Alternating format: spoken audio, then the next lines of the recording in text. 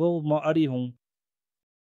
यस पटक म तपाईँलाई प्राकृतिक प्रकोप र विपद व्यवस्थापनसँग सम्बन्धित तपाईँलाई मद्दत गर्ने विभिन्न शब्दहरू सबैलाई सिकाउने छु।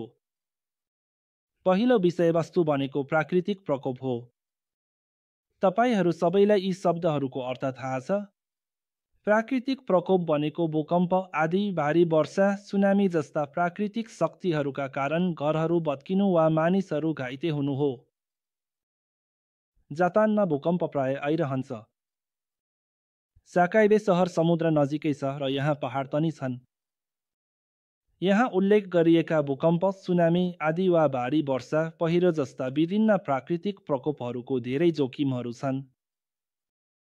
विभिन्न प्रकोपहरू हुँदा चिन्तित हुने मानिसहरू पनि थोरै छैनन् भन्ने मलाई लाग्छ। यस्ता विभिन्न प्रकोपहरू आउनु अघि तपाईँ र तपाईँको परिवारको ज्यान जोगाउनको लागि तयारीलाई जनाउने शब्द छ। के तपाईँहरूले यो शब्द सुन्नुभएको छ?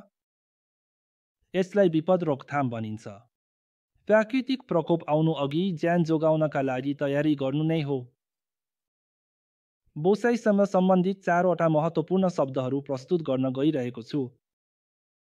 यी शब्दहरू बोसाइको तयारी गर्दा पनि प्रकोप आएको बेला पनि प्रयोग गरिन्छन्।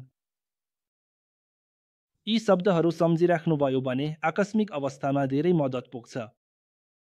हेरेर धन्यवाद। अर्को भिडियो पनि हेर्नुहोस् है।